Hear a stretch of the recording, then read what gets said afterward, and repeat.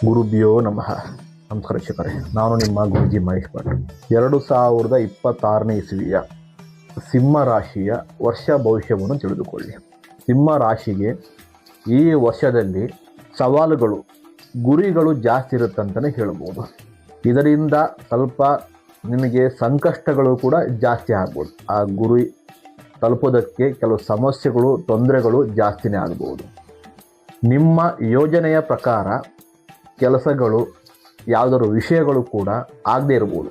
July ತಿಂಗಳಲ್ಲಿ ಸಿಂಹ ರಾಶಿಯಲ್ಲಿ ಶುಕ್ರ ಸಂಚಾರ ಮಾಡೋದರಿಂದ ಪ್ರೀತಿ ಪ್ರೇಮ ವಿಚಾರದಲ್ಲಿ ಸಕಾರಾತ್ಮಕವಾದ ಕೆಲವು ಬದಲಾವಣೆಗಳನ್ನು ಕಾಣಬಹುದು. ಆ ಒಂದು ಟೈಮಲ್ಲಿ ಅಧಿಕವಾದ ರಕ್ತದೊತ್ತಡ,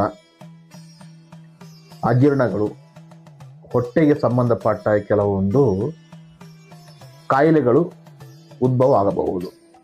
ಸಿಂಹ ರಾಶಿಯವರು ನೈಸರ್ಗಿಕ ಆತ್ಮವಿಶ್ವಾಸ ಮತ್ತು ನಾಯಕತ್ವದ ಕೌಶಲ್ಯಗಳನ್ನು, ಈ ಬದಲಾವಣೆಗಳನ್ನು ನಿಭಾಯಿಸಲು ಶುಕ್ರ ನಿಮಗೆ ಸಹಾಯ ಮಾಡುತ್ತದೆ. ಶನಿ ಮತ್ತು ರಾಹು ಗ್ರಹಗಳಿಂದ ಕೆಲವೊಂದು ವಿಚಾರಗಳಲ್ಲಿ, ಮುಖ್ಯವಾಗಿ ಕೆಲಸದ ವಿಚಾರದಲ್ಲಿ ಕೆಲವೊಂದು ತೊಂದರೆಗಳು ಆಗಬಹುದು. ಆದರೂ ಸ್ವಲ್ಪ ಪ್ರಮಾಣದಲ್ಲಿ ಗುರು ಬಲ ಇದೆ ಅಂತ ಹೇಳ್ಬೋದು.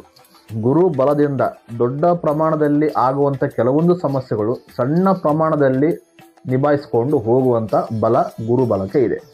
ಮತ್ತು ಈ ಟೈಮಲ್ಲಿ ಆರ್ಥಿಕ ವ್ಯವಹಾರಗಳು ಯಾವುದೇ ಕಾರಣಕ್ಕೂ ಮಾಡಬಾರ್ದು. ಇದರಿಂದ ನಷ್ಟಗಳು ಆಗುವಂಥ ಸಂಭವ ಜಾಸ್ತಿ ಇದೆ.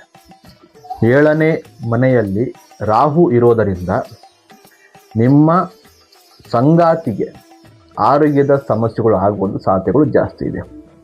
ಹಾಗೆ ವಿದ್ಯಾರ್ಥಿಗಳಿಗೆ, ಉತ್ತಮ ಎಜುಕೇಷನ್ ಮಾಡಿದವರಿಗೆ ಪ್ರತಿಷ್ಠಿತ ಕಂಪನಿಯಲ್ಲಿ ಉದ್ಯೋಗ ಸಿಗುವಂಥ ಅವಕಾಶ ಕೂಡ ಚೆನ್ನಾಗಿದೆ.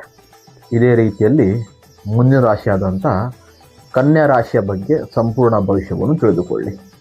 ಧನ್ಯವಾದಗಳು.